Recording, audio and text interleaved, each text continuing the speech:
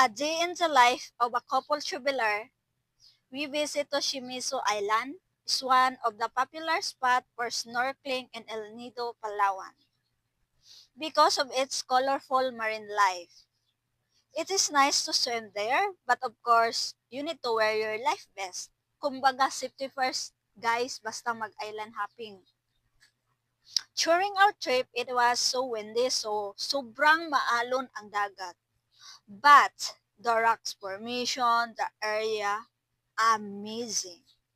Yes, lumalangoy kami dyan, pero sobrang maalon talaga.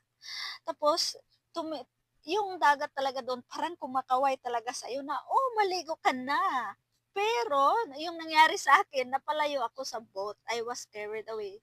And then, kasi tinitingnan ko yung mga isda doon. Grabe, sobrang ganda. Maliliit pa sila, pero paiba-iba yung kulay. Yes, nakikita nyo.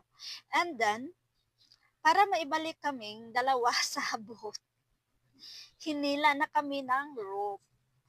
Medyo malaki naman yung boat namin at dalawa lang kami. Sa maalon na dagat, hindi siya maalog talaga. Kaya, bisita na kayo. Kung hindi pa nakabisita